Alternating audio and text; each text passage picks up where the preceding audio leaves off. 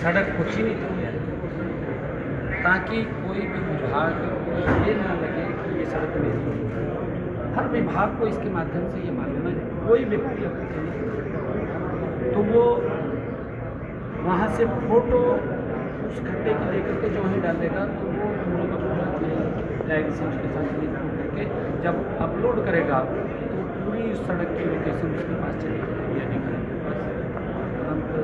अधिकारी के पास किस विभाग की है उसी विभाग के पास चली जाएगी और विभाग उसको ठीक करेगा।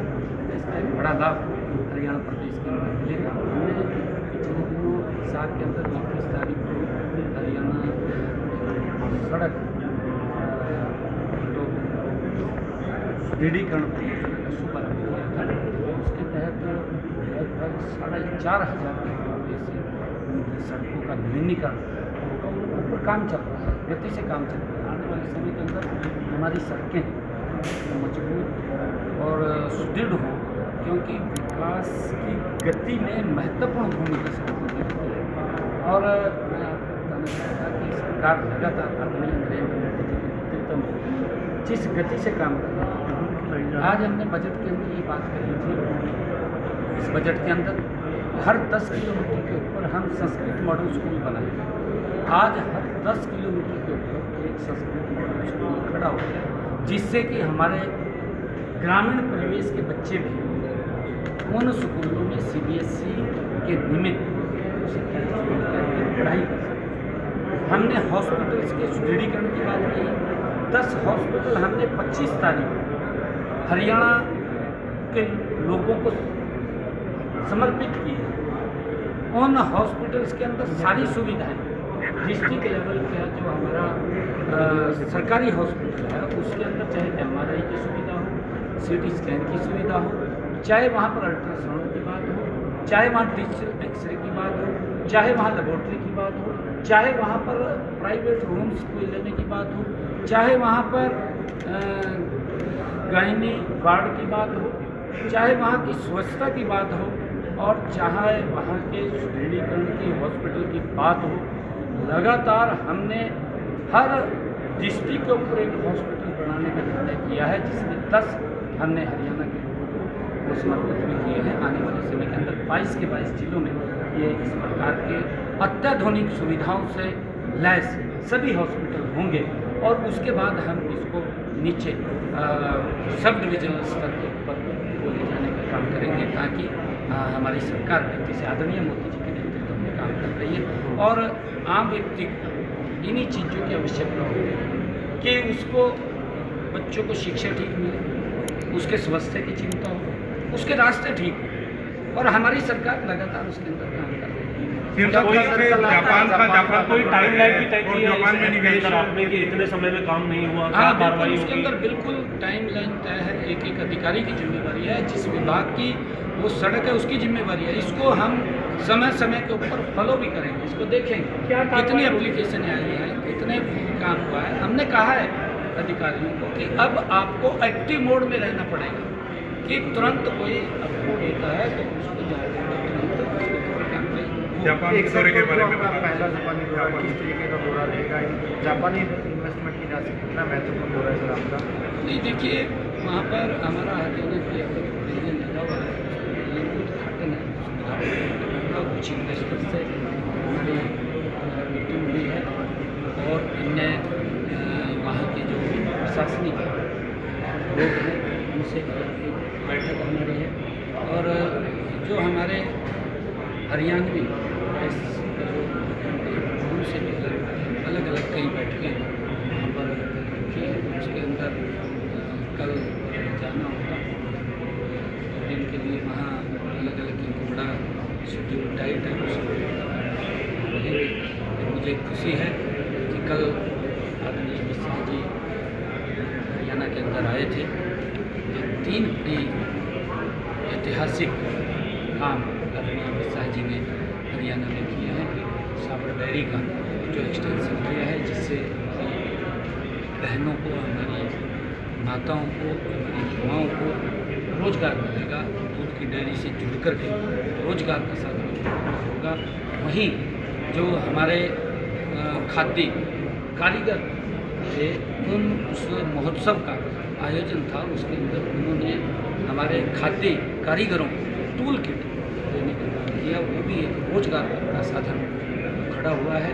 और तीसरा 3 क्रिमिनल, हरियाणा देश का पहला ऐसा राज्य है जिसने 3 क्रिमिनल लॉ पूर्ण रूप से लागू किया है। कल अमित शाह जी आए, मैं उनका से धन्यवाद करता हूँ, क्योंकि उनके आने से उन्होंने लगभग 900 करोड़ रुपए के विकास कार्यों के शिलान्यास और उद्घाटन आदरणीय अमित शाह जी के करने हुए हैं।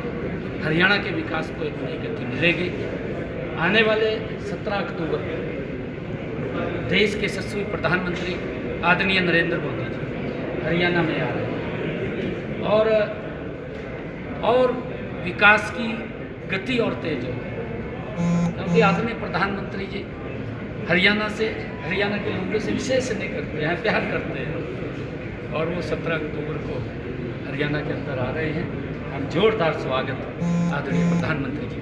पहले बैठ के जी दीनदयाल लाडो लक्ष्मी योजना को लेकर के भी सुनने में आ रहा है कि उसकी कुछ लिमिट, इनकम लिमिट बढ़ा सकती है सरकार, कुछ ऐसा विचार हो रहा है? 1 लाख से 1,40,000। नहीं, ये कहीं ऐसा कोई विषय नहीं है। नहीं, ये तो क्योंकि कुछ लोग अफवाहें भी डालते रहते हैं। अभी तो जो हमारी बहनें हैं, उन बहनों को जो रजिस्ट्रेशन चल रहा है उस रजिस्ट्रेशन के अंदर है।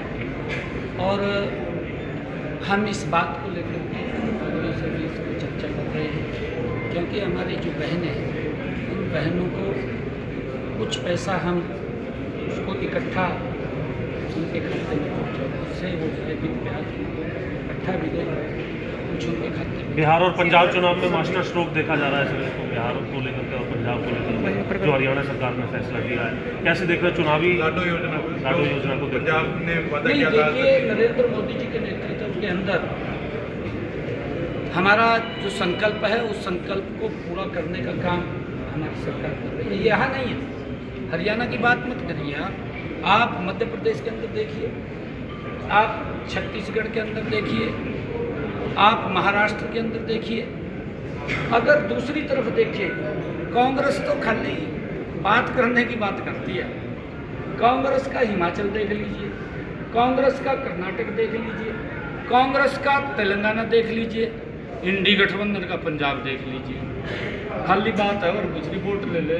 सीएम साहब, सीईटी का रेस कब तक आ जाएगा? सीईटी का रेस कब तक आएगा?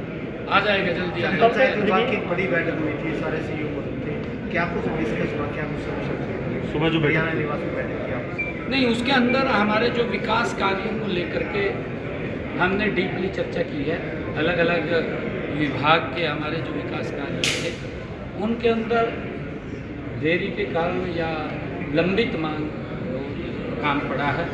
उसके बजट की भी हमने कहा है कि बजट की कोई दिक्कत नहीं है, आप तुरंत गति से इसके ऊपर काम चालू करिए। देर नहीं होनी चाहिए, देर होगी तो वो अधिकारी को भी दिक्कत होगी, हमें भी दिक्कत होगी, दोनों को दिक्कत होगी कि हम गति से काम करें और लोगों को रिजल्ट दें। हमने कहा है कि रिजल्ट दीजिए ना, रिजल्ट मिलना चाहिए। आज मोदी जी की चर्चा आम व्यक्ति करता है ना, ये सरकार 11 वर्षों के अंदर अथाह काम किए। आदरणीय मोदी जी ने 11 वर्षों के अंदर इस भारत को मजबूत सशक्त भारत बनाया है। और आदरणीय प्रधानमंत्री जी जो बोल रहे हैं कि ये भारत विकसित राष्ट्र बनाना, ये प्रधानमंत्री जी का संकल्प है।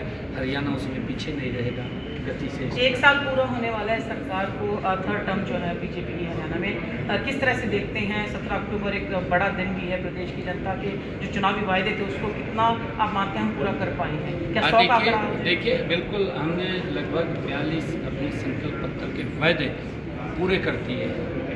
इस साल के अंत में 90 और जुड़ जाएंगे लगातार। और महत्वपूर्ण मुद्दे विषय हैं। हमने बहनों को कहा था, हमने बहनों को ये कहा था कि हम आपकी रसोई में 500 रुपये का गैस का सिलेंडर पहुंचाएंगे। हम पहुंचा रहे हैं। आज 19 लाख बहनों की रसोई में 500 रुपये का गैस का सिलेंडर पहुंच रहा है। ऊपर का पैसा हमने कहा था कि आपका भाई, आपका बेटा आपके खाते में पहुंचाएगा, पहुंच रहा है।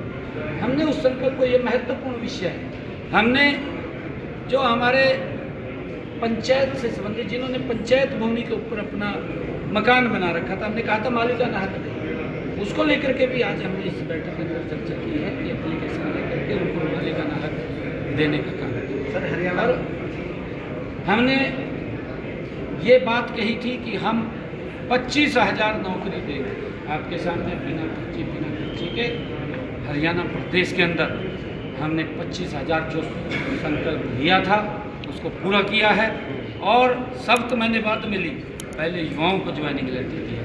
ये हम हरियाणा प्रदेश के किसान की 24 फसलें MSP पर खरीदेंगे, हमने उस संकल्प को भी पूरा किया। हमने किसान की 24 फसलें आज MSP पर खरीद रहे हैं। ये सरकार का जो कमिटमेंट है, जो हमने वायदे के प्रमुख वायदे थे, हम इनको पूरा किया। सर हरियाणा विधानसभा ने तो जारी कर दिया, नेता प्रतिपक्ष मिल गए, आधिकारिक तौर पर नेता प्रतिपक्ष मिल गए, विपक्ष का नेता मिल गया है सर सरकार को 1 साल बाद, लगभग 1 साल ही हो गया। अच्छा है, बधाई देता हूँ मैं उनको। कल सर नए प्रदेश अध्यक्ष जो है वो अपना कार्यभार ग्रहण कर रहे हैं। इनेलो बार बार CD कांड जो है प्रदेश अध्यक्ष जो कांग्रेस के चुने गए हैं उनका सामने निकाल के ले आती है, वीडियो जारी करती है मीडिया के सामने कि कैसे वो CLU को लेकर के जो खरीद फरोख्त की चर्चा है वो कर रहे हैं। नहीं, देखिए वो सच्चाई थी, उसमें झूठ तो था नहीं कुछ। और मैं आपको बताना चाहता हूँ, इनके तो DNA में है, कांग्रेस के तो DNA में है।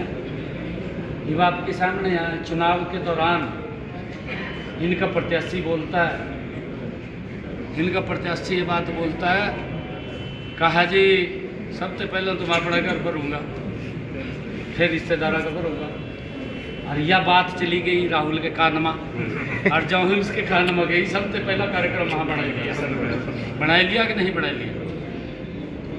जब वो एक थाली में बैठ कर खाया हुड्डा साहब ने दिन में, इसमें कोई वो थोड़ी है, इसमें कोई वो तो था नहीं।